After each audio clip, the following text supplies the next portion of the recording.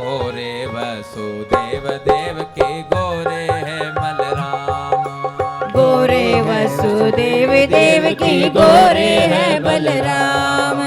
तुम तो कारे गाते आए गए, तुम तो कारे गाते आए गए, कर दियो कुल बदनाम। हमारी गारी प्रेम भरी तुम सुनियो कृष्ण बलराम। हमारी गारी प्रेम भरी तुम सुनियो कृष्ण बलराम। तो महाराज ऐसी ऐसी बातें आपके गांव की महिलाएं कहती थी, तो बताओ कैसा कुल खानदान हमारा, किस आधार पे आपने हमसे शादी करी।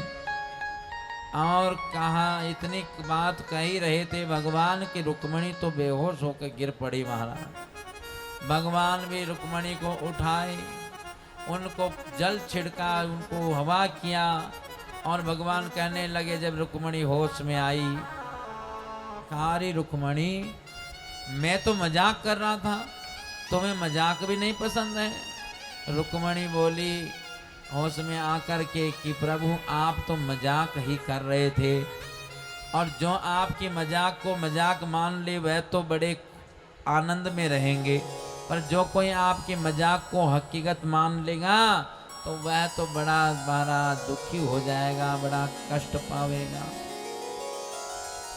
ये भगवान का मजाक ही तो है संसार, ये जगत, ये संसार जो है कैसा है। अरे मजाक उसी को तो कहते हैं जो है वास्तव में होती नहीं है पर दिख रही होती है, वैसी होती नहीं है। तो ये संसार वास्तव में है नहीं है परंतु दिख रहा है। जैसे स्वप्न दिख रहा तो स्वप्न होता थोड़े है, स्वप्न में दिखने वाली वस्तु वास्तव में होती नहीं है पर दिख रहा है, और जब दिख रहा है तब तक हम लोग उसको बड़ा सत्य मान रहे हैं। स्वप्न काल में स्वप्न सत्य दिखता है, जागने पर मिथ्या दिखता है। एक आदमी को सपना आया कि उसको कोई 1 रुपया दे रहा था, तो उसने कहा कि 1 काहे को देता, 2 दे दे। 2 देने लगा तो कहा कि 3 दे दे, और 3 देवे तो कहे 4 दे दे। अब बढ़ाता जावे वो, तो बात पहुंच गई 199 पे। उसने कहा कि सीधा 100 ही दे दे। ये कहा कि नहीं लेना है तो 99 ले, नहीं तो मैं नहीं मत ले। अब इनके आपस में वो 100 मांगे, ये देवे 99, तो झड़प हो रही थी तो इसकी नींद खुल गई। अब नींद खुल गई तो सामने देखा कि न तो देने वाला ही है न पैसा ही है, तो झट आंखें बंद करके कहा कि लाला 99 दे दे, और नहीं होवे तो 50 ही दे दे, पर देने वाला तो है नहीं, ये तो सपना था। तो ऐसे ही हम लोग सपना देख रहे हैं और इसी में महाराज हम लोग इसको हकीकत मान रहे हैं, वास्तव में हकीकत है नहीं। रुक्मणी कहती हैं कि संसार को जो आपका मजाक है, इसको मजाक जो मान लेता है वह सुखी पाता है। अच्छा सपने को सपना मान लो तो आप सुखी हो जाओगे कि नहीं, परंतु सपने को हकीकत मान लो तो दुखी हो जाओगे। ऐसे ही महाराज अगर इस संसार को हकीकत मान लेंगे तो हम भी दुखी हो जाएंगे। ये तो स्वप्न की जैसे मिथ्या ही है, पर हम लोग क्या मान रहे हैं कि बिल्कुल हकीकत है, जो चल रहा है बिल्कुल सही है। बस वो स्वप्न तो 1-2 मिनट का होता है। ये सपना आपका किसी का 80 साल का, किसी का 70 साल का, किसी का 90 साल का है, ये भी स्वप्न ही है। रुक्मणी कहती है कि आप बिल्कुल ठीक कहते हो कि आप डर के मारे छुप गए हो, परंतु आपका डर कैसा है। अरे आपके एक भ्रकुटी विशाल, भ्रकुटी विलास मात्र से देवता थरथर कांप रहे, लोकपाल थरथर कांपते हैं, सभी भयभीत होकर के आपकी तरफ कातर दृष्टि से देखते हैं। आप किसी से भयभीत होंगे ऐसा कभी हो ही नहीं सकता, पर आप फिर भी भयभीत होते हैं। किससे भयभीत होते हैं जरा सुनिए। हमारे भगवान किससे भयभीत होते हैं? बोले जिसके हृदय में अविद्या, अस्मिता, राग, द्वेष, अभिनिवेश, जिसके हृदय में ये 5 क्लेश है, उससे भयभीत हो जाते हैं, उससे डर जाते हैं भगवान, और फिर छुप जाते हैं। और कहाँ जाके छुपे हैं? तो हृदय में जाकर के छुप गए। अब हम भगवान तो छुपे हृदय में, और हम ढूंढते हैं उनको कहीं और। जो चीज जहां पर गुमी होवे वहीं ढूंढे तो मिल भी जावे, परंतु अगर गुमी होवे कहीं और ढूंढे कहीं। बोलो, एक माताजी सड़क पे कुछ ढूंढ रही थी, तो लोगों ने पूछा कि माताजी क्या खो गया? माताजी बोली कि मेरी सुई खो गई बेटा, मैं उसको ढूंढ रही हूं। लोगों ने पूछा कि माताजी खोई कहाँ पर थी? बूढ़ी माता बोली खोई तो अंदर कमरे में थी। तो यहाँ बाहर काहे सड़क पे खोज रही है? बोले यहाँ लाइट है, अंदर अंधेरा है, सो इसलिए यहाँ खोज लेती हूँ। आप कहेंगे कि कैसी बुढ़िया पागल है? बोले वो पागल नहीं, ऐसे हम लोग भी पागल ही हैं। जो भगवान जहाँ पर छुपे बैठे हैं वहाँ तो हम खोजते नहीं हैं, और खोजते कहाँ जहाँ पर है ही नहीं। तो उनको वहाँ खोजो न, कहाँ? बोले हृदय में। अरे हेली बाहर भटके काई, हेली बाहर भटके काई, तेरो सब सुख है घट माही। हेली बाहर भटके गाए, तेरो अंतर है घट माही। हेली घटरो ज्ञान विचारो, तेरो गुण है मोलन हारू। हेली घटरो जान विचारो, तेरो गुण है और विचारो। हेली वास जय हो। वास करो हेलो। तेरो गुण नारी। हेली वास करो गुण गाई, तेरो सब सुख है घट माही। हेली बाहिर भटके काई, तेरो सब सुख है घट माही। हेली बाहर भटके गाए, तेरो सब सुख है घट माही। हेली घटरो ज्ञान विचारो, तेरो गुण है बोलन हारो। ज्ञान विचारो, ज्ञान विचारो। हेली वासो करो लिकाई, हेली जन्म मरण मिट जाई। हेली वास करो निभाई, तेरो जन्म मरण बिसराई। मिल सके कौन पुरुष गुण नारी। हेली मिल सके कौन पुरुष गुण नारी। हेली अलर पिंगला नारी, जट सुख मन सेज सवारी। हेली करुण मेघला नारी, जन सुख मन सेज समाई। हेली बाहर भटके काई, तेरो सब सुख है घट माही। हेली बाहर भटके गाए, तेरो सब सुख है घट माही। ये हेली माने आत्म रूपी व्यक्ति को कह रहे हैं कि तुम कहाँ बाहर भटक रहे हो। यदि उस परमात्मा को तुम अपने भीतर खोजो तो वो मिल जाए। जिन खोजा तिन पाया, गहरे पानी पेट। इसलिए अपने उस आत्म तत्व में, हृदय में उसका अनुसंधान करो प्यारे। रुक्मणी कहते हैं कि प्रभु आप कहते हो कि आप सुंदर नहीं हैं, तो आप ऐसे सुंदर हो। आपको देख करके ऐसी सुंदरता और कौन पाएगा? तो महाराज रुक्मणी के ऐसे भाव भरे, ऐसे मधुर शब्दों के प्रश्नों के उत्तर से ये पता लगता है कि भगवान अपनी गृहस्थी में आनंद में है। ऐसी बात नहीं है। हम लोग सोच लेते हैं कि 4 लोग हमारे घर में 4 दिशा हैं तो ऐसे ही भगवान होंगे। नहीं नहीं, भगवान के घर में तो बड़ी मधुरता है। नारद जी पहुंच गए। नारद जी ने सोचा कि यहाँ ज़्यादा ही शांति हो रही है, ज़्यादा आनंद आ रहा, थोड़ा सा कुछ माहौल को सही कर देते हैं।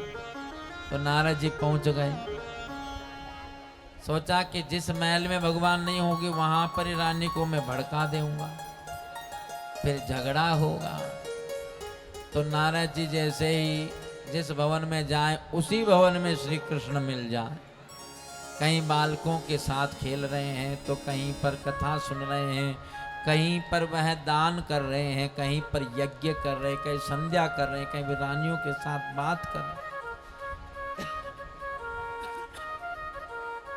नमोस्तनंताय सहस्रमूर्तये सहस्रपादाक्षि शिरोरुबाहवे सहस्रनाम्ने पुरुषाय शाश्वते सहस्रकोटि युग धारिणे नमः।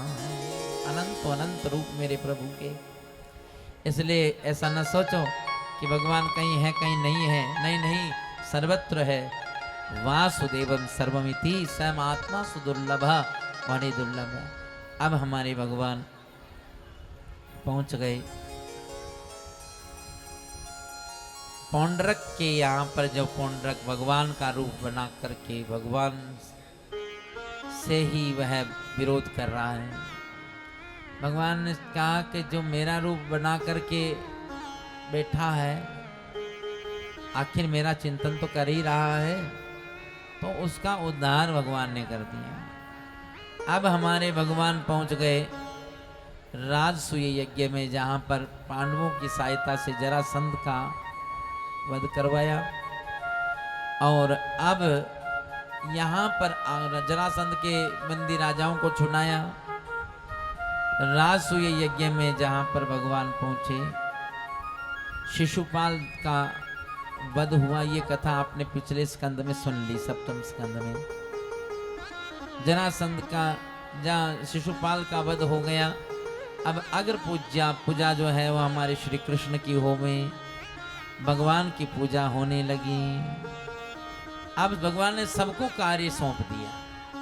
जैसे आप कमेटी में काम सौंप देते हो ना कि कोई ये काम करेगा, ये अमुक व्यक्ति ये करेगा, भगवान भी सौंप रहे सबको अलग अलग काम। आप जो है दान लेने का काम, आप दान देने का काम, आप भोजन भंडारा संभालो, आप परोसने का काम संभालो। तो भोजन भंडार दिया भीम को। अब भीम जो है वह खुद भी बढ़िया खावे और खिलावे भी बढ़िया। अब यहाँ भंडारा बांटने वाला है, कोई ऐसे को रख दो जो मरियल होवे, सुखड़ा सा होवे, जो एक दो रोटी खावे, एक में बना कर दे, बस बस बस। अब ऐसे को रख दो तो वो न खुद खाएगा न खाने देगा। वहाँ ऐसे को रखो जो खुद भी बढ़िया खावे और खिलावे भी बढ़िया। तो भंडारे में ऐसे को रखो। परोसने का काम द्रौपदी को दिया। पूछो कि द्रौपदी को क्यों दिया? और द्रौपदी जो है पंजाब की रहने वाली है, पांचाल देश है, पांचाल। तो पांचाल देश की द्रौपदी जो है वह परोसना बहुत अच्छा जानती है। इसी कारण से पंजाब की माताएं जो है आज भी उसी परंपरा में चल रही है। पंजाब में की जो माताएं हैं वह परोसना, भोजन परोसना बहुत अच्छा जानती है। खिलाना सीखना हो तो पंजाब में सीखो। जितने ज्यादा लंगर पंजाब में लगते इतने कहीं नहीं लगते।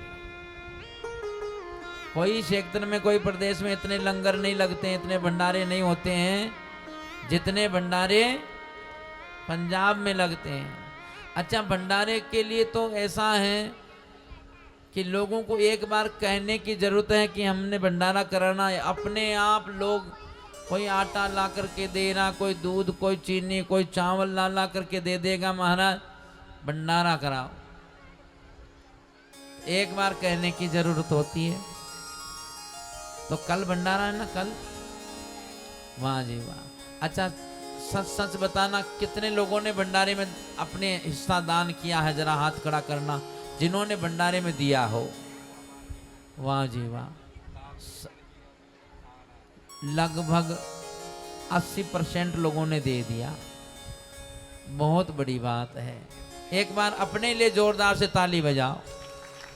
वाह वाह, बहुत सुंदर काम है ये। देना जो है भंडारे के लिए, अन्न दान करना बहुत बड़ी बात होती है। देखो कितने लोगों के अंदर भगवान संगत के रूप में बहुत अनंत रूप में आएंगे। देखो, और कौन से रूप में आपके उस भोजन को ग्रहण कर जाएंगे कोई पता नहीं। ना जाने किस वेश में नारायण मिल जाए। तो मंदिर में आप लोग सभी आते होंगे। ये जितनी माताएं बैठी हैं जरा हाथ खड़ा करना, जो मंदिर में रोज आते, इस राधा कृष्ण मंदिर में, जो राधा कृष्ण मंदिर में रोज आते हैं वो हाथ खड़ा करना जी। अच्छा, बाकी दूर रहते होंगे, हाँ दूरी होती होगी तो नहीं आते होंगे। पास में हो तो आ जाया करो भाई, बहुत अच्छी बात है, मंदिर में आना चाहिए। और मंदिर में आकर के सेवा किया करो। दो काम करना मंदिर में, दो, एक सेवा एक सुमिरन।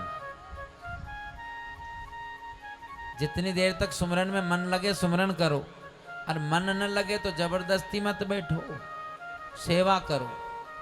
सेवा क्या करना है? मंदिर के अंदर आप झाड़ू लगाओ, साफ सफाई करो। मैं कई बार देखता हूँ कहीं कहीं लोग मंदिर में पुजारी जी को आके कहने लग जाते, पुजारी जी यहाँ जाला लगा है, ये कचरा पड़ा है, इसको ठीक करो, इसको साफ करो। अरे पुजारी ब्राह्मण देवता, वह आपके जाला झाड़ने के लिए थोड़े ही है वहाँ पे, वो तो ठाकुर जी की सेवा करने के लिए है। तो उनको मत कहो, और कहना ही ठीक नहीं है। आप करके देखो, सेवा स्वयं करो। आपको लगे कि मंदिर में यहाँ पर गंदगी हो रही है, आप वहाँ सेवा कर दोगे तो आपको इतना पुण्य मिल जाएगा, इतना पुण्य मिल जाएगा। और हम लोगों को तो ये सीखना चाहिए हमारे सरदार भाइयों से। इनके गुरुद्वारों में देखो आप, बड़े सभी माताएं जो हैं जूठे भांडे धोने वाले सब वहाँ झाड़ू पोछा कर रहे हैं, जोड़े की सेवा कर रहे हैं। देख कितनी सेवा है वहाँ पे, सीखना चाहिए। तो मंदिरों में भी हमको इसी प्रकार बैठ आकर के सेवा करें। वहाँ आप देखो आपका मंदिर जगमगाने लग जाएगा।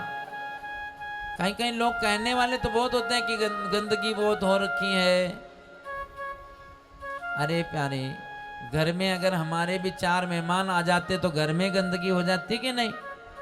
अब मंदिर में तो इतने लोग आएंगे तो गंदगी हो ही जाएगी। तो आप मंदिर की सफाई करेंगे तो आपको सब मिलके करेंगे तो चमक जाएगा कि नहीं? तो मंदिर स्वच्छ होना चाहिए, घर भी स्वच्छ रहना चाहिए। मंदिर भी स्वच्छ रखो, घर भी स्वच्छ रखो, और अपने आसपास के वातावरण को भी स्वच्छ रखो, क्योंकि स्वच्छता में ईश्वर का वास होता है। स्वच्छ रहना जरूरी है। हम कहते हैं पवित्र रहो, बहुत अच्छी बात है, पर पवित्रता के साथ में स्वच्छता होना भी जरूरी है। आसपास के, अपने घर के, हम ये नहीं कहते हैं कि आप पूरी गली को साफ करो, हम कहते हैं आप अपने घर के आसपास सफाई कर दो। गली में आप बाहर निकलते हो ना, जहाँ पर अपने घर के मुहाने पर, तो वहाँ देखो कोई कचरा तो नहीं पड़ा है। देखो जिसके घर के आगे सड़क पे गड्ढा होना, उसके घर में किस्मत पे गड्ढा आ जाता है। जिसके घर के आगे सड़क पर गड्ढा होता है, उसकी किस्मत में गड्ढा पड़ जाता है। इसलिए अपने घर के बाहर निकलकर सड़क के गड्ढे को आप स्वयं सीमेंट लाओ, रेता लाओ, बजरी लाओ, और उस गड्ढे को भर दो। जिसके घर के आगे कूड़ा करकट पड़ा रहता है, उस घर में लक्ष्मी जी नहीं आती है। इसलिए पहले अपने घर के बाहर देखो कि कोई ऐसा तो नहीं कि हमारे घर में लक्ष्मी जी के रुकने का यही कारण बन रहा होवे कि कचरा पड़ा होवे। तो उस कचरे को उठा करके कहीं जला दो, या कचरा कहीं पात्र कोई आती गाड़ी तो उसको देओ, वहां आसपास में कचरा मत जमने देना। जिसके घर के आगे कीचड़ भरा रहता है, घर की बात नहीं कह रहा हूं मैं, दुकान की बात भी कह रहा हूं, जिसके घर के आगे कीचड़ भरा रहता है उसके यहाँ पर देवता घर के बाहर से ही लौट जाते हैं। उसके घर में पितृ नहीं आते, उस घर का पितृ पानी नहीं लेते हैं। इसीलिए महाराज, यदि वह पितरों को हमारे घर के आगे पड़ा हुआ कीचड़ पड़ा दिख जाएगा तो वह आपके घर का पानी लेना स्वीकार नहीं करेंगे। इसलिए उसको सुखाइए, उस कीचड़ को मत होने दीजिए। तो इन बातों को बहुत सावधानी से सुनना माताओं, बहनों, भाई बंधुओं। और अब हमारे भगवान यहाँ पर सबसे छोटा काम अपने हाथ में लिया। छोटा काम क्या है? बोले पत्तल, जब भंडारा होता है ना तो पत्तलों में लोग भोजन करते हैं। अब पत्तल जो है 2-4 दिन तक वहाँ उड़ती रहती है, बाद में झूठी पत्तले लोग खाए और फेंक देते हैं, बाद में हवा से उड़ती रहती हैं, कभी इधर जा रहे कभी उधर जा रहे। ये ठीक नहीं ना। ये भगवान ने उन झूठी पत्तलों को उठा करके रख रहे हैं। इसका तात्पर्य ये है कि कोई काम छोटा बड़ा नहीं होता है। कई लोग ऐसा सोच लेते हैं कि ये जमादार झाड़ू लगा रहे हैं तो छोटे, नहीं नहीं, वह तो बहुत बड़े हैं। उनको तो बंधन करना चाहिए, क्योंकि वह सारी आपकी गंदगी को साफ कर रहे हैं। माँ होती ना, माँ अपने बच्चे की गंदगी को साफ करती है तो माँ का दर्जा कितना ऊंचा होता है। जो समाज में, जो गली में झाड़ू लगा रहा है उसका दर्जा कितना ऊंचा है। इसलिए भगवान श्री कृष्ण ने झूठी पत्तल उठाई तो दर्जा छोटा नहीं हो गया, दर्जा ऊंचा है। काम छोटा बड़ा नहीं होता है, हमारी भावना छोटी बड़ी हो जाती है। इसलिए ऐसी भावनाओं को हमको संस्कारित करना चाहिए। अजी काम कथा सुनने का हो तो प्रेम से सुनो, सुनाने का है तो प्रेम से सुनाओ। और काम होए भोजन करने का और या भजन करने का, तो भोजन करने का, लोग कहते भोजन तो हम प्रेम से करेंगे, भजन का आप हमको ज्यादा मत कहो। भजन तो हम ज्यादा कर नहीं सकते और भोजन आप हमको चाहे जब करवा दो। तो जितनी बार आप भोजन करो उतनी बार भजन कर सकते हैं कि नहीं? कितनी बार भोजन? 3 बार। और भजन 3 बार भोजन, भजन 1 बार। 3 बार भोजन, भजन 1 बार।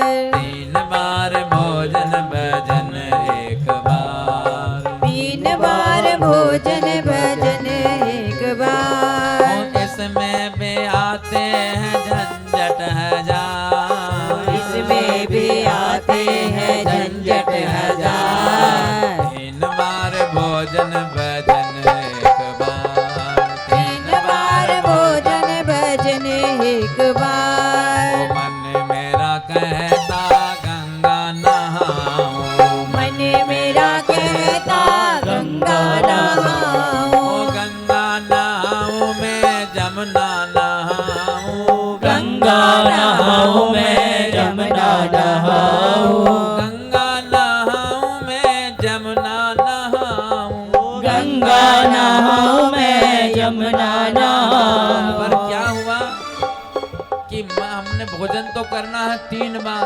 और भजन करना 1 बार। तब फिर इसलिए गंगा जी स्नान करने के लिए कैसे जा पाओगे? कर्म ही नहीं हमारे ऐसे।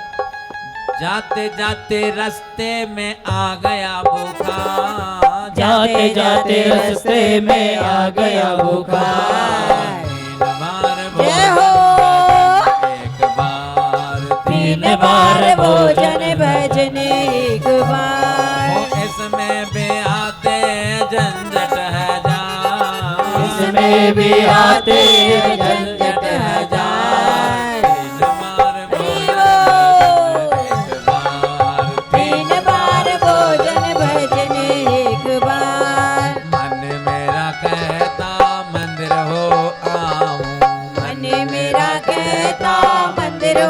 आऊं ओ मंदिर हो आऊं मैं दर्शन कर आऊं मंदिर हो आऊं मैं दर्शन कर आऊं मंदिर हो आऊं मैं दर्शन कर आऊं मंदिर हो आऊं मैं दर्शन कर और क्या आऊं करे महाराज मंदिर जाते जाते अब महाराज भोजन करते करते इतना टाइम हो जाता क्योंकि भोजन तो 3 बार और भजन इसलिए जाते जाते मंदिर के लग गए कीवान जाते जाते मंदिर के लग गए दीवार 3 बार भोजन तीन बार भोजन भजन एक बार 3 बार भोजन भजन एक बार 3 बार भोजन भजन एक बार अब महाराज मन ने कहा कि चलो कथा सुनने चलते हैं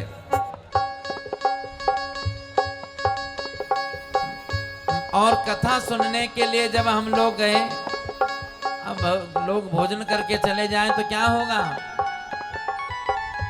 तो वहां भोजन करने में करके जाओ तो फिर बैठते ही नींद आने लगती है तंद्रा आने लगती है इसमें भी निद्रा आती बार बार इसमें भी निंद्रा आती बार बार 3 बार भोजन भजन एक बार 3 बार भोजन भजन एक बार 3 बार भोजन भजन एक बार 3 बार भोजन भजन एक बार अब आप लोगों ने कथा सुन ली तो अब इसको ऐसे मत बोलो 3 बार भोजन अब इसको उल्टा कर दो भोजन कितनी बार एक बार और भजन 3 बार लोग सोच रहे हैं आज तो कथा में आना ही नहीं चाहिए था आज आके तो गलती कर दी हमने हाँ?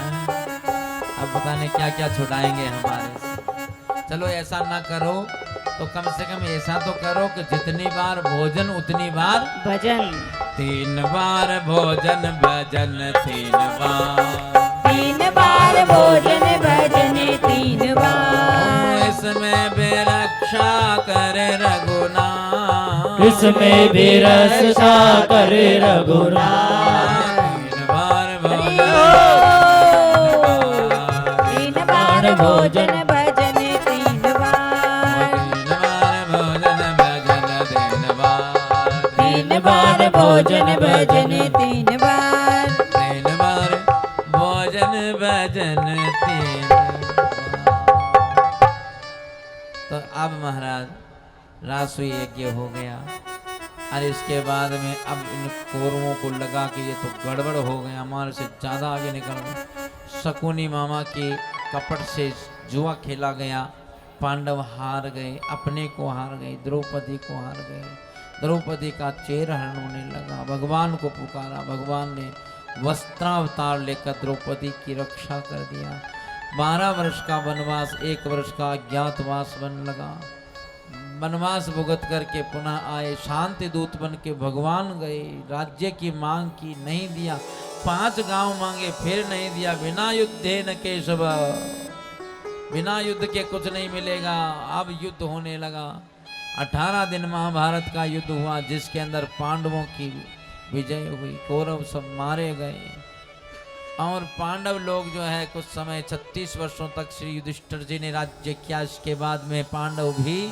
स्वर्गारोहण किया और स्वर्गारोहण भगवान ने अपने लीला संवरण किया पांडवों ने तुम्हारे को राज्य दे दिया गया परीक्षित तुमने दिग्विजय किया कलयुग से तुम्हारी मुलाकात हुई और तुम्हारे को श्राप मिला उस श्राप के निवारणार्थ तुम यहाँ पर विराजमान हो मैं तुम्हें कथा सुना रहा हूँ आज तुम 7वें दिन की कथा सुन रहे हो आज तुम्हें तक्षक आने करके काटने वाला दिन तुम्हारे सामने आ गया है अब बताओ और कुछ सुनना हो तो बताइए परीक्षित बोले कि आप हमको ऐसी कथा सुनाओ कि जिससे और भक्ति बढ़ जाए तब सुखदेव जी ने ध्यान करके कहा कि सुनो एक सखा था भगवान का कृष्ण स्यासीद सखा कश्चित ब्राह्मणो ब्रह्मवित्तमः विरक्त इंद्रियार्थेषु प्रसन्नात्मा जितेन्द्रिय सुदामा जी का ध्यान करते ही सुखदेव जी को इतने सुदामा जी की विशेषताएं, इतने गुण स्मरण हो आए कि नाम ही लेना भूल गए। कि सुदामा जी बोले, कौन? बोले ऐसे भगवान कृष्ण के सखा, वह ब्राह्मण, वह ब्रह्म ज्ञानी, वह विरक्त, वह प्रसन्नात्मा, अपने आत्मा में प्रसन्न रहने वाले, जितेंद्र रहने वाले। परीक्षित ने पूछा कि कौन? बोले सुदामा। इतने लक्षण सुदामा जी के? बोले हाँ। ऐसे सुदामा जी महाराज जिनके पास में कुछ है नहीं, अर्थ नहीं है, परंतु अर्थ बड़ा गंभीर है।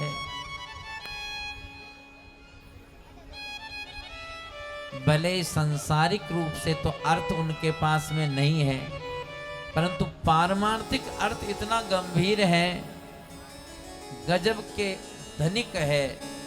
उस पारमार्थिक खजाने के बड़े गजब के धनिक है।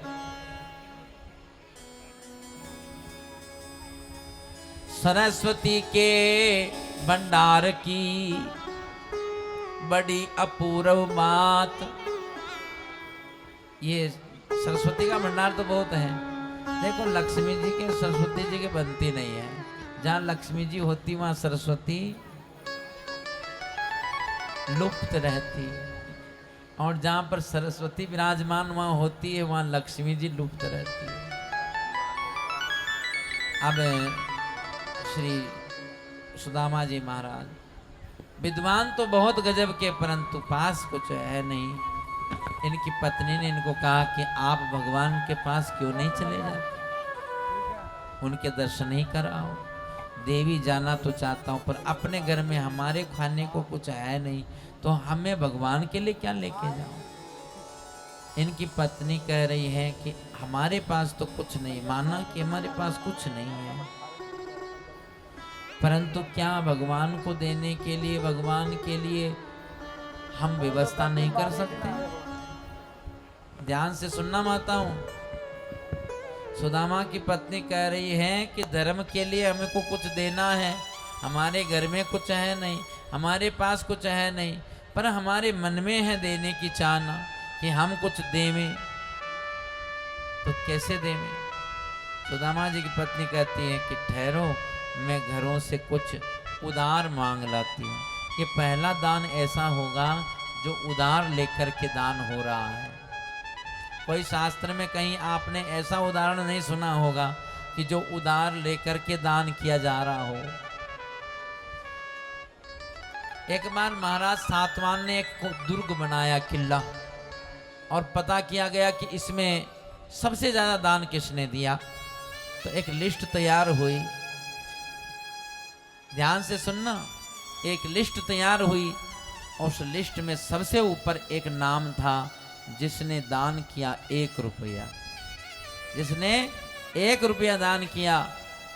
लोगों ने कहा कि रुपया 1 दान किया, नाम सबसे ऊपर आया, क्यों?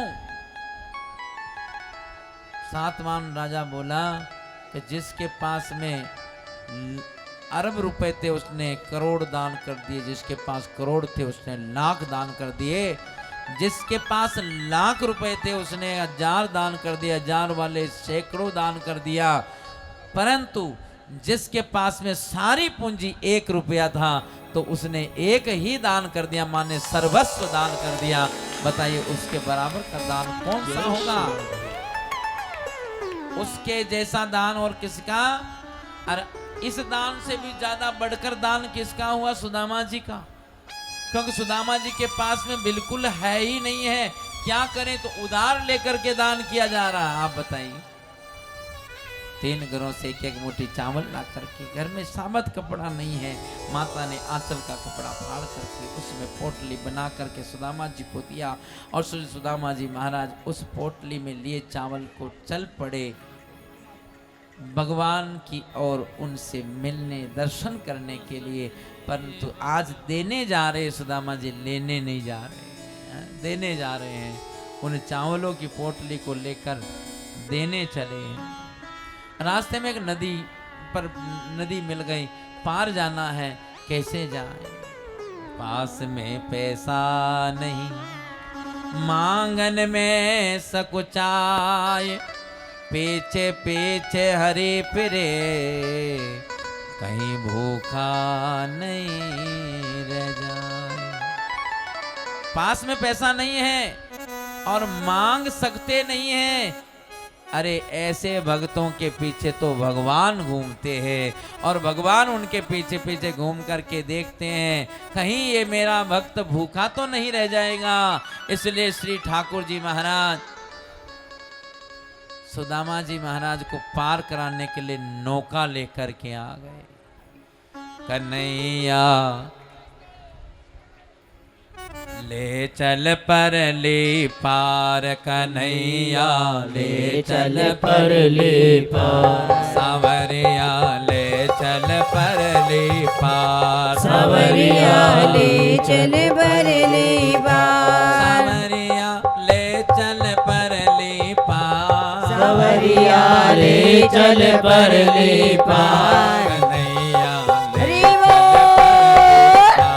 सावरिया ले चल पर ले पार, जहाँ विराजे राधा रानी, जहाँ विराजे राधा रानी, जहाँ विराजे श्यामा प्यारी, जहाँ विराजे श्यामा प्यारी, अलबेली सरकार कन्हैया हरि बोल। पार, कन्हैया ले चल पर ले पार, सावरिया ले चल पर ले पार, सावरिया ले चल पर ले पार, ले चल पार, ले चल पार, ले चल पार,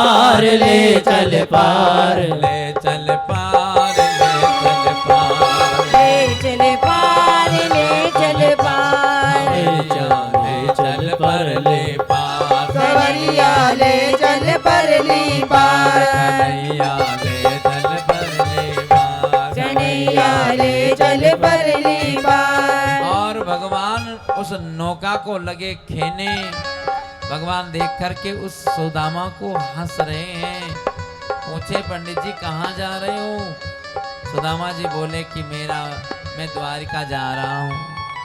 द्वारिका में कोई परिचित है? बोले हाँ हाँ, द्वारिकाधीश है ना, वो मेरे बचपन के मित्र हैं, बचपन के यार हैं। तो भगवान जो है थोड़ा हंसने लगे। तो सुदामा जी बोले कि हंसते काहे को हो? अरे तुम नहीं जानते हो मेरे भगवान, मेरे प्रभु का, मेरे कन्हैया का स्वभाव कैसा है।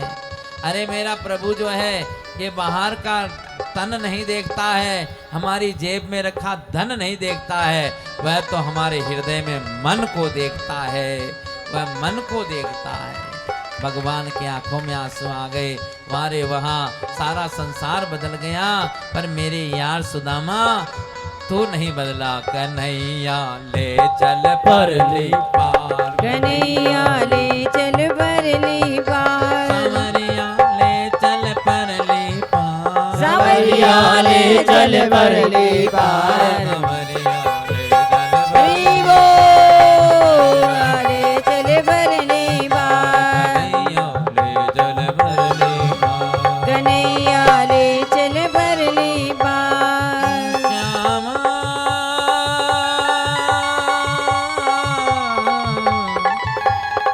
श्यामा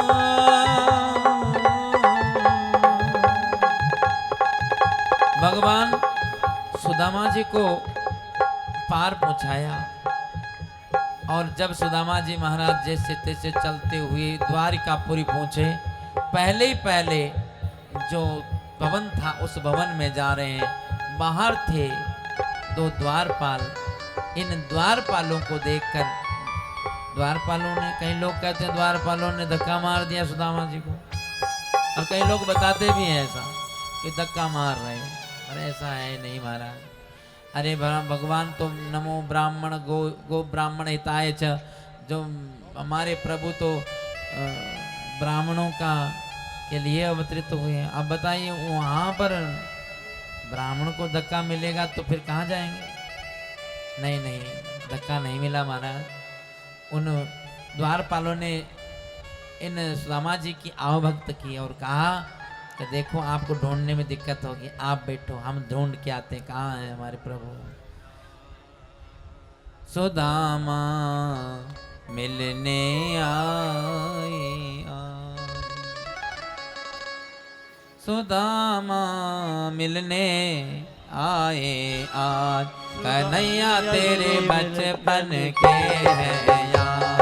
सुदामा मिलने आए आज, कन्हैया तेरे बचपन के यार। ओ बचपन के हैं यार, कन्हैया तेरे बचपन के हैं यार। बचपन के हैं यार, कन्हैया तेरे बचपन के हैं यार। सुदामा जय हो। सुदामा हरि बोल। सुदामा मिलने आए आज, कन्हैया तेरे बचपन के हैं यार। सुदामा मिलने आए आज, कन्हैया तेरे बचपन के हैं यार। ओ ढूंढत ढूंढत पतो लगायो, ढूंढत ढूंढत पतो लगायो, द्वार पाल को जाए बतरायो, द्वारपाल को जायो बतलायो। कहो कृष्ण से द्विजयक आयो, कहो किशन से तुझे कहायो, कहो कृष्ण से द्विजयक आयो, कहो कृष्ण से विजय कहायो। नाम सुदामा दियोर बताई प्रभु को बारंबार। नाम सुदामा दियो रे बताई प्रभु को बारंबार। सुदामा जय हो। सुदामा जय हो। सुदामा मिलने आए आज, कन्हैया तेरे बचपन के हैं यार। सुदामा ले चल आए आज, कन्हैया तेरे बचपन के यार। ओ द्वारपाल जय विनय उचारी, द्वारपाल जय विनय उतारी। सुनो कृपा निधि अरज हमारी, सुनो कृपा निधि अरज हमारी। वस्त्रहीन दुर्बल तनुधारी, हस्तहीन दुर्बल तिनकारी। नाम सुदामा दियोर बताई प्रभु को बारंबार। नाम सुदामा दियो रे बताई प्रभु को बारंबार। सुदामा जय हो। सुदामा हरि बोल। सुदामा मिलने आए आज, कन्हैया तेरे बचपन के हैं यार। सुदामा मिलने आए आज, कन्हैया तेरे बचपन के हैं यार। श्यामा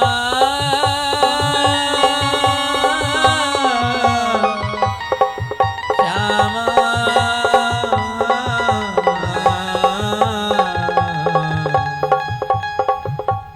और जैसे द्वारपाल गया भगवान के पास और भगवान से सुदामा जी का परिचय दे रहा है। प्रभु शीश पगान जगातन पे प्रभु जाने को आए बसो के ग्राम। धोती पटी सी लटी दुपटी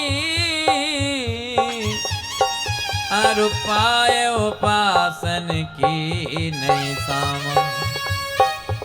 द्वार खड़ो तिज दुर्बल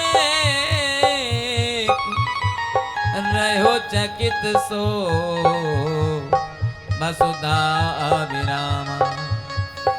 उचित दीन दयाल को धाम बतावत आपनो नाम सुदामा। और अपना नाम सुदामा बताता है महाराज। अजी उनके पास में न कोई जगह है न पगा, नाम अपना बताता है सुदामा।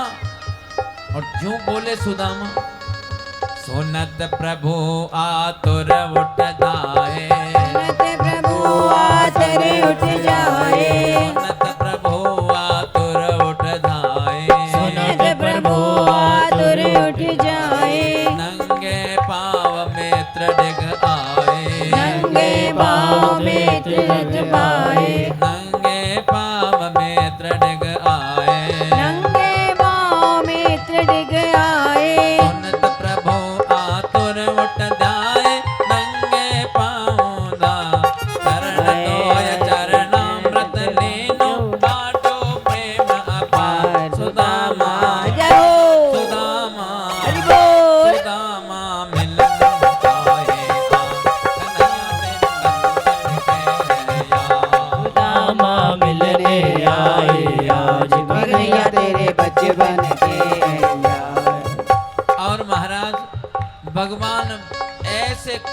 पड़े, सुदामा नाम सुन के चरण पेटिका पर पांव पड़ा तो चरण पेटिका के दो टूक हो गए। अजी कहीं मुकुट गिरा, कहीं पीतांबर गिरा, कहीं मुरली गिरी, तो भगवान बेहताश दौड़े चले जा रहे हैं। जाकर के श्री सुदामा जी को अपने हृदय से लगाया और दोनों ऐसे मिल रहे हैं, बड़े जोरदार से उन्होंने आलिंगन किया और एकाएक छोड़ दिया। किसी ने पूछा कि एक बार तो जोर से मिले और फिर एकाएक छोड़ दिया, क्यों? बोले भगवान तो इसलिए छोड़ दे कि ये वो दुर्बल ब्राह्मण है, इसकी तो कहीं ऐसा ना हो मैं जोर से पकड़ूं तो आज ही प्राण पखेरु उड़ जाए। और सुदामा जी इसलिए छोड़ दिए कि ये तो कन्हैया है, कोमल से भी कोमल, और मैं हूं हड्डियां, कहीं ऐसा ना हो कि मेरी हड्डियां इसको चुभ जाए, इसलिए छोड़ दिया।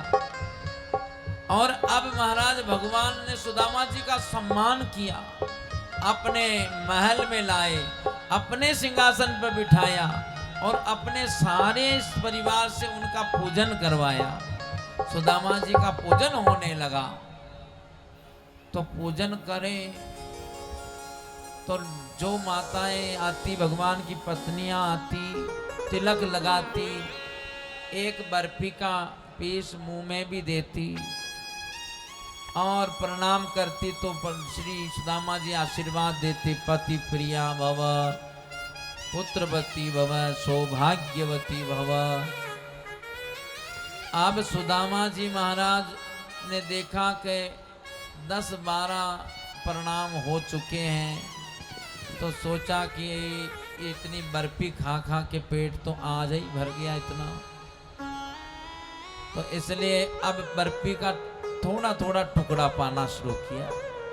और 10-12 और निकल गई तो फिर तो उस बर्फी के केवल हाथ लगाते थे, खाते भी नहीं थे। और जब तिलक लगाने लगी माताएं तो तिलक तो इतना लगा माथे पर कि बह बह करके नाक पर आ जाता था। एक जना सेवक तो ऐसा खड़ा किया कि कपड़ा लेके पूंछता ही रहे। अब सुदामा जी सोचे कि अब जो आवे जिसको 3-3 आशीर्वाद देते, परंतु सोचा कि अब तो एक ही आशीर्वाद से काम चलाना चाहिए, पता नहीं और कितने आएंगे। तो एक एक आशीर्वाद दिया और फिर तो आशीर्वाद भी पूरा ही नहीं निकलता था, केवल भव ही निकलता था। और आखिर में तो भव कब भो भो हो गया पता ही नहीं चला। सुदामा जी ने कन्हैया को कहा, भाई कन्हैया इधर आओ, तुम्हें एक बात कहूं, देखो तुम ऐसा करो, अपनी पत्नियों से प्रणाम कराओ। भगवान बोले कि सारी अपनी तो है। बोले तो अच्छा अपनी है तो हम तो आशीर्वाद ही देंगे, ब्राह्मण है, परंतु मैंने इसलिए कहा कि भैया मैंने सोचा कि अड़ोस पड़ोस की भी आ गई होगी, पर अड़ोस पड़ोस की तो नहीं है, तो अपने घर की है।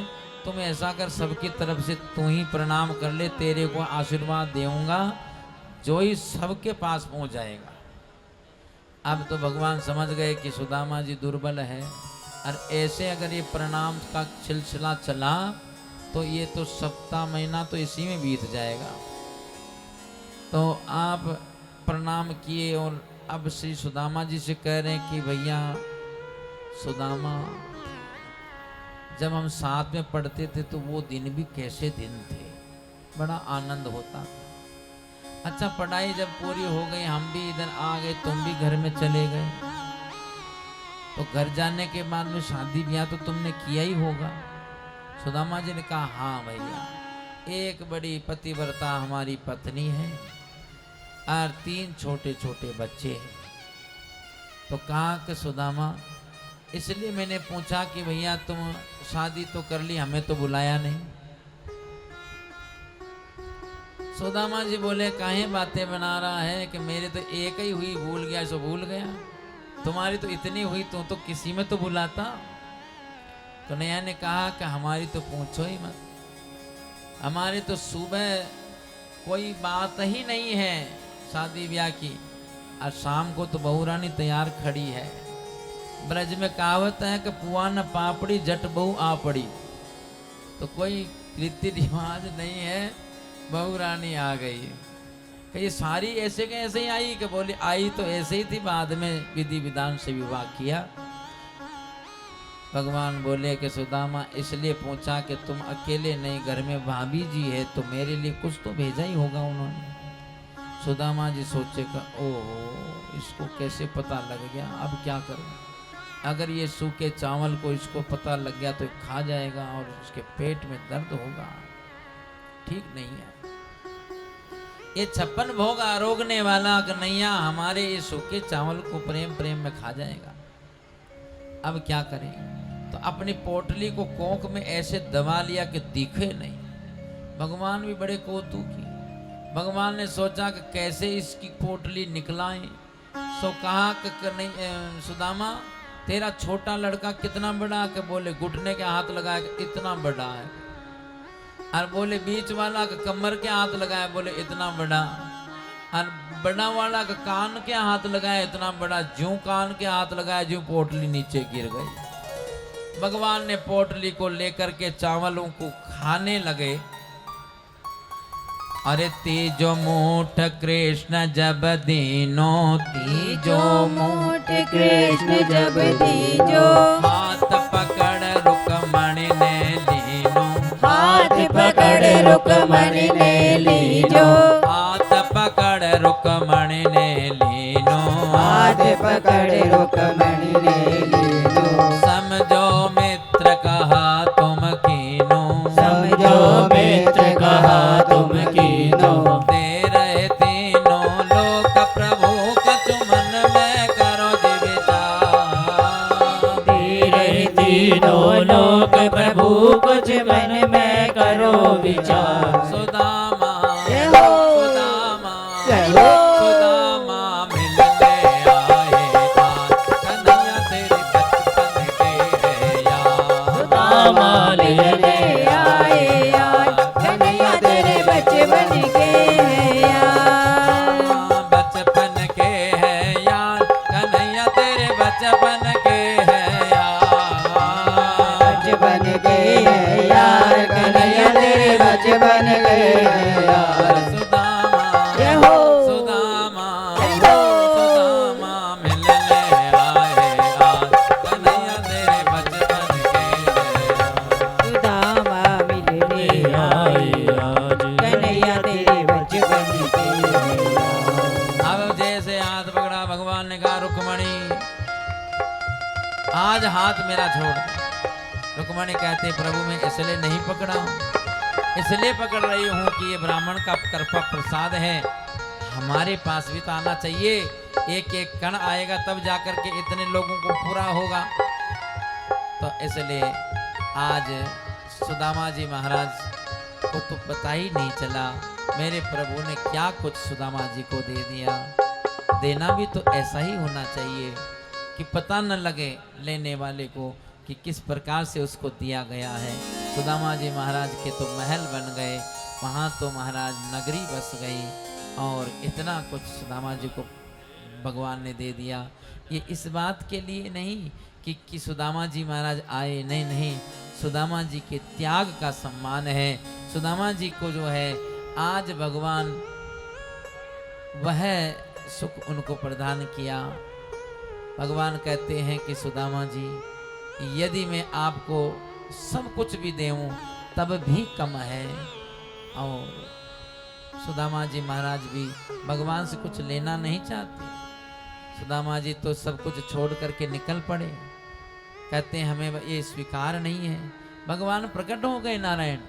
भगवान ने कहा सुदामा जी जब आपके पास नहीं था तो आप सोचते थे कि भगवान ने नहीं दिया, जो बढ़िया किया, क्योंकि देते तो मैं इसमें फंस जाता और भगवान का भजन नहीं कर पाता। पर आज दिया है तो ये सोचो कि मेरे को भगवान ने इसलिए दिया है कि मैं लोगों का भला करूं। देखो संपत्ति तो बहुत लोग पा लेते हैं और बहुत कुछ समृद्धि पाने वाले लोग बहुत हैं, परंतु उनका शास्त्र उनकी महिमा नहीं कहते हैं। शास्त्र उनकी महिमा कहते हैं भले ही उनके पास में थोड़ा हो, परंतु वह धर्मार्थ के लिए, परमार्थ के लिए जो कंजूसी नहीं करता है, परमार्थ में देने के लिए जिसके जो मुक्त हस्त दे देता है, उसको शास्त्र उसकी बड़ाई करते हैं, उसकी बड़ाई संत करते हैं, उसकी बड़ाई भगवान करते हैं। और ऐसे श्री सुदामा जी महाराज का ने अपने जीवन का कल्याण किया। हम लोग भी भगवान इस कथा से अपने जीवन में प्रभु समर्पित जीवन जीवें। आइए इसके पश्चात आगे एकादश स्कंद के अंदर श्री सुखदेव जी महाराज परीक्षित को उपदेश किए। इसमें अवधूत तो श्री अवधूत जी महाराज दत्तात्रेय जी का बड़ा सुंदर प्रसंग,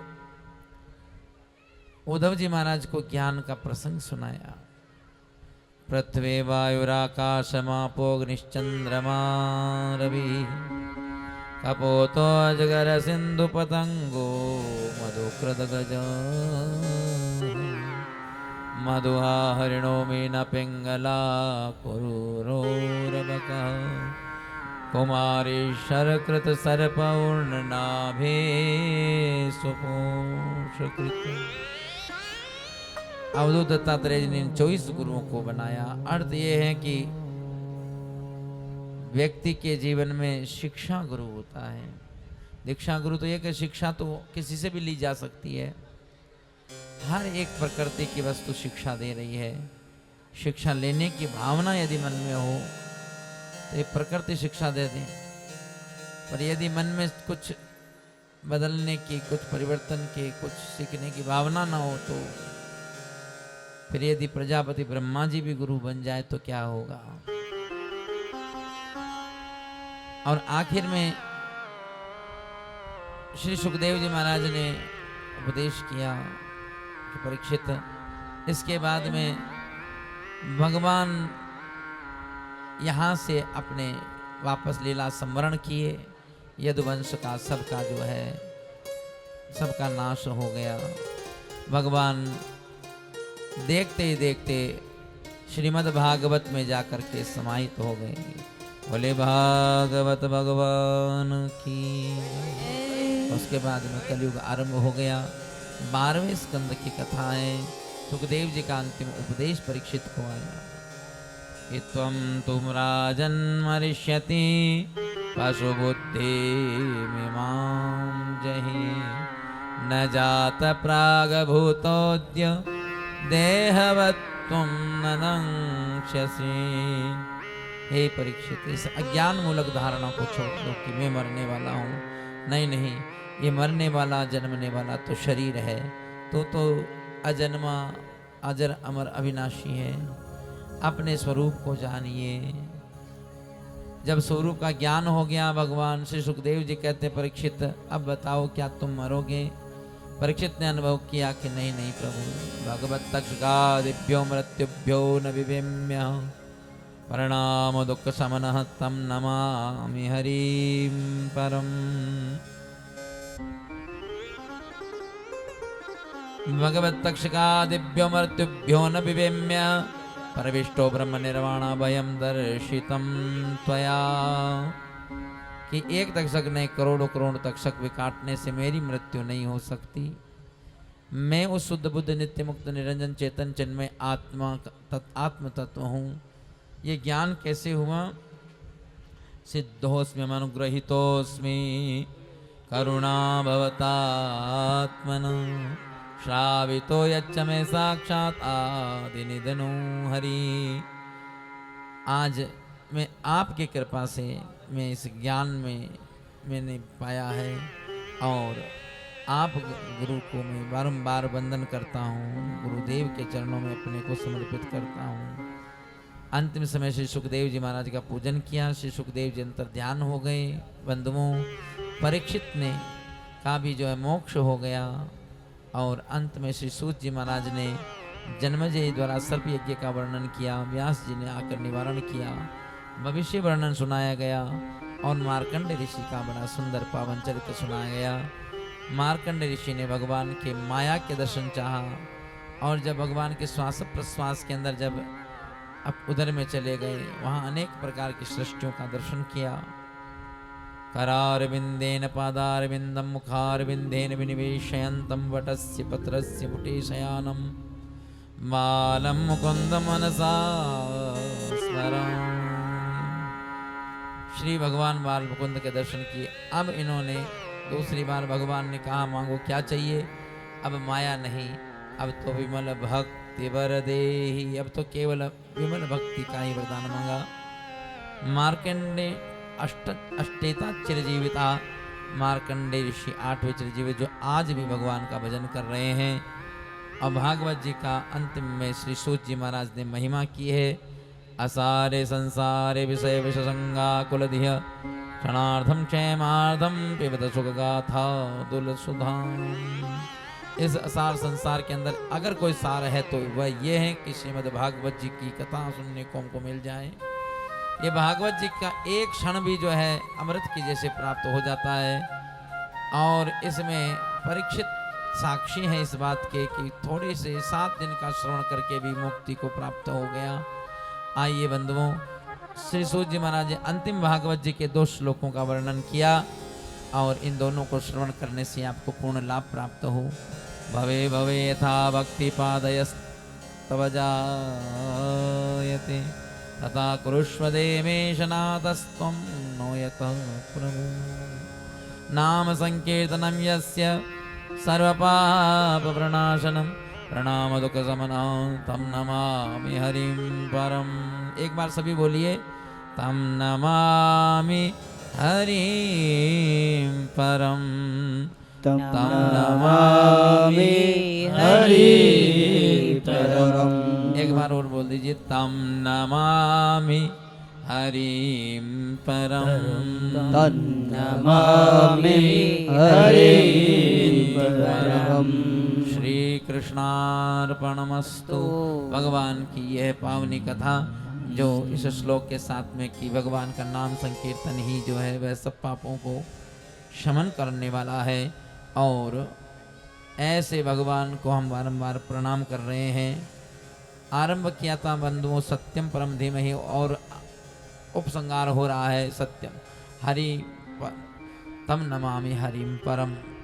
मानो सत्य से आरंभ किया, हरि से इसको समापन कर रहे हैं। अर्थ ये कि जो हरि है वही सत्य है, जो सत्य है वही हरि है। और श्रीमद् भागवत जी की कथा श्री सूत जी महाराज ने इन शौनकादिक ऋषियों को धन्यवाद दिया, श्रवण कराया। आइए पूर्णावती के साथ में हम लोग भी आज कथा का विश्राम कर रहे हैं। ओम पूर्णमदः पूर्णमिदं पूर्णात् पूर्णमुदच्यते पूर्णस्य पूर्णमादाय पूर्णमेवावशिष्यते। ओम शांति शांति शांति। आइए हरे नमः का पाठ करने से जो कुछ भी त्रुटि इस ग्रंथ को श्रवण में कथन में रह जाती है वह सब पूर्ण हो जाती है। हरे नमः के जाप से दीर्घ स्वर से इस मंत्र का जाप करते हैं। हरये नमः हरये नमः हरये नमः हरये नमः हरे नमः हरे नमः हरे नमः हरे नमः हरये नमः हरे नमः हरे नमः हरे नमः हरे नमः हरे बोलिए श्री वृंदावन बिहारी लाल की जय। गोवर्धन महाराज की जय। काशी विश्वनाथ भगवान की जय। द्वारिकाधीश की जय हो। सदगुरुदेव भगवान की जय हो। वेदव्यास जी महाराज की जय हो। सुखदेव जी महाराज की जय हो। नमः पार्वती पतये हर हर हर महादेव। जय जय श्री राधे। आप लोगों ने इस कथा का श्रवण किया। जिन्होंने इसका आयोजन किया, श्री राधा कृष्ण मंदिर, Surjit Singh Nagar youth club, people चौक, ग्यासपुरा में, श्री इसके प्रधान श्री गोविंद सिंह जी, एम भूपेंद्र शर्मा जी, धर्मेश सिंह जी, राकेश पाल जी, रवि तिवारी जी, विमल ठाकुर जी, उमेश ठाकुर जी, प्रदीप सिंह जी, रवि भारद्वाज जी, सत्येंद्र मिश्रा जी, राजेश जी, रणजीत जी, रूपेश जी, मनोज जी, अरुण जी, आप सभी सेवादार सदस्यों के लिए व्यासपीठ से बहुत बहुत मंगलमय आशीर्वाद। तन मन धन से सुखी संपन्न बने, आयु आरोग्यवान सुख संपदावान बने। साथ ही जितने भी माताएं बहनें भाई बंधु जहाँ कथा श्रवण करने के लिए पधारे हैं, यहाँ से आसपास से दूर से, आप सब के लिए मैं मंगलमय आशीर्वाद शुभकामनाओं के साथ में ओम भद्रम अस्तु शिवम चास्तु महालक्ष्मीं प्रसीदतु रक्षन्तुं त्वां सदा देव संपद संतु सर्वदा। सबके लिए मंगलमय आशीर्वाद शुभकामना। एवं जो हमारे आचार्य गण हैं श्री प्रदीप जी एवं हमारे शुक्ला जी, आप सब लोगों के लिए भी, आप ब्राह्मणों के लिए बहुत बहुत मंगलमय शुभकामना शुभ आशीर्वाद है। ये हमारे प्रदीप जी के संपर्क से ही हम लोग जो है यहाँ तक पहुँचे हैं। पहले आप इस काम को फ़ोन आया है तो बहुत बहुत धन्यवाद हैं। इतने अच्छे वक्तों से मिलाया, इतने श्रेष्ठ जो है ये है कमेटी है। आप सबको बहुत आशीर्वाद है कि ऐसे ही आप लोग जो है निरंतर सत्संग के कार्यों में, परमार्थ के कार्यों में, धर्मार्थ के कार्यों में लगे रहें। भगवान श्री गणपति जी के इन 10 दिवसीय उत्सव में हम लोग ये कथा का आयोजन किए हैं और श्रवण कर रहे हैं। भगवान गणपति जी की ऐसी कृपा आप सब पर बनी रहें। ये भागवत जी की कथा जो रचा तो भले ही व्यास जी ने है, परंतु लिखा गणेश जी ने है। इस ग्रंथ को लिखने का कार्य, लेखन का कार्य है वह श्री गणपति जी महाराज ने किया है। तो इसलिए उनके सन्मुख बैठ करके और उन्हीं के द्वारा लिखी हुई इस कथा का हम लोगों ने श्रवण किया है। तो भगवान गणपति जी की सब पर कृपा बनी रहे और आप सबके विघ्नों का निवारण हो और सबको सुख संपदा प्राप्त हो। इस भाव के साथ में जो भी इसमें सेवा साथ में दे रहे हैं, हमारे आत्मा चैनल वाले हमारे भैया साहिल जी एवं जसविंदर जी, आपको बहुत बहुत मंगलमय शुभकामना शुभ आशीर्वाद। ये कथा महीना भर तक चलेगी। इसमें एपिसोड तैयार होकर के आ रहे हैं, तो प्रतिदिन 5 बजे से 5:30 बजे तक। और यह आत्मा चैनल पर आएगा। 596 नंबर चैनल है केबल पर, तो आप उस पर दर्शन कर सकते हैं, श्रवण कर सकते हैं। साथ में एक चैनल और है भक्ति भागीरथी, उस पर भी आप लोग श्रवण कर सकते हैं। और भी हमारे जो भी सब यहाँ पधारे हैं, संगीत में हमारे डॉक्टर साहब आए हैं और हमारे अत्री जी बैठे हैं, सभी सबके लिए हमारे साज बजाने वाले भैया सबको बहुत बहुत आशीर्वाद। जो हमारे साथ में ब्राह्मण गण आए हैं, हमारे दिव्यांशु जी और रोहित जी एवं हमारे शनि जी, सबके लिए मंगलमयी शुभकामनाओं के साथ में वाणी को विराम। आप सब लोग जो है, कल हवन है 9 बजे हवन का समय रखा गया है। आप सब लोग हवन में पधारें। पोथी पूजन कल का कमेटी ने तय किया, कल पूजन होगा, तो आप लोग कल पोथी पूजन कर सकते हैं। आज जो है आरती होगी, आगे प्रसाद लेकर जैसा जैसा आगे वर्णन हमारे जो भी योजना बताएंगे हमारे राकेश जी। जय श्री राधे।